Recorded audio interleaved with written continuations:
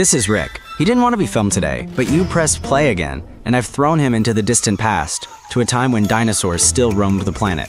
To get back, he now needs to find a time machine hidden in a Maiasaur nest, one of the few nest-building creatures back then. Rick comes to amid giant ferns, thick steam, and pear-sized mosquitoes. His first thought is that he's been shrunk again. But no, this is Earth, just as it was 66 million years ago. Back then, trees grew 3 times taller, and animals were dozens of times more massive. Something large is stirring somewhere in the grass, and Rick has to run. There's no turning back. A silhouette appears through the undergrowth, a huge mouth, short legs, heavy breathing. It's a Tyrannosaurus. It inhales, freezes, but doesn't notice Rick, hiding behind a bush. T-Rex is one of the most famous predators, but we don't yet know whether it was truly the most vicious. Its bite was the most powerful on Earth, and its vision allowed it to precisely track its prey. Yes, Earth was a dangerous place back then. Rick climbs out of the mud and steps on some kind of boa constrictor. It turns out to be the tail of a huge diplodocus which, not even noticing the visitor, continues moving. Rick clings to the skin and climbs up. He rides it like a bus through a prehistoric forest. Below him are herds of herbivores, and in the sky, the flying silhouettes of ancient birds. Diplodocus dinosaurs were the size of high-rise buildings, eating soft leaves, with a huge heart pumping blood to their heads. Their long tails served as a weapon, capable of lashing out at enemies like a multi-ton whip. When the dinosaur leans toward the water, Rick slips and falls. He barely gets up when a herd of triceratops passes by.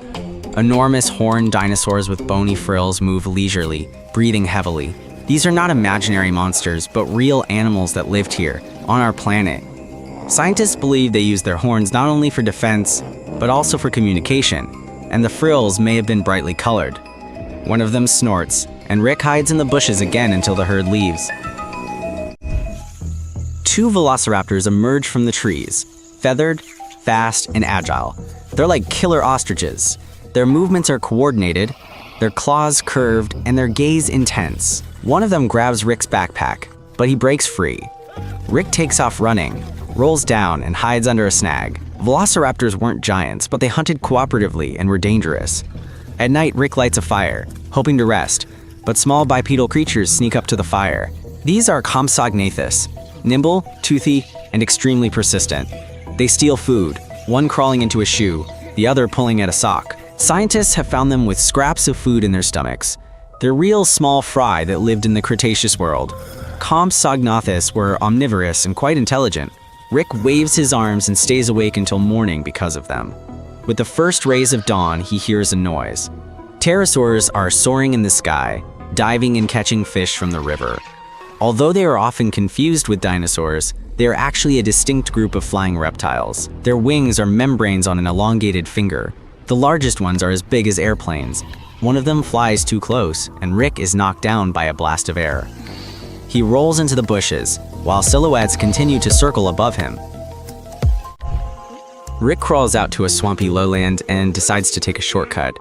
After just one step, he sinks waist deep and senses something massive beneath the water. It's a Deinosuchus, an ancient crocodile capable of hunting even dinosaurs. Back then, the Earth was no less dangerous in the water than on dry land. Rick, not waiting for the encounter, breaks free from the mud and falls onto dry land. He walks away, realizing he needs to be even more careful from here. Not far from the river, he spots a nest. Inside are babies and an adult Psittacosaurus, which is feeding them. Rick freezes, but only briefly. This isn't the nest he's looking for. He must move on.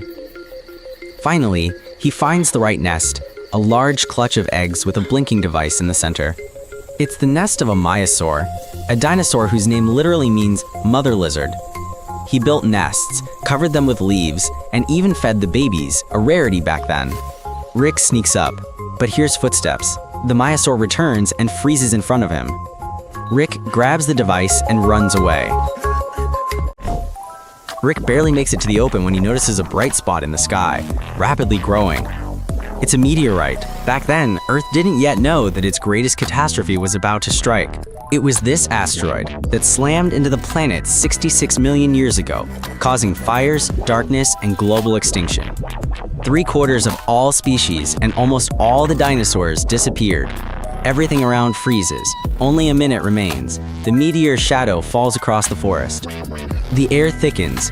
The sky darkens. But at the last moment, a portal opens. Rick runs, jumps, and disappears. At that very second, a flash flashes behind him. Rick returns to our time, dirty, with a scrap of scales in his hand and terror in his eyes. None of this is fantasy. This is the history of our planet, reconstructed from bones, footprints, nests, and layers of ash. Support Rick with a subscription. He survived again.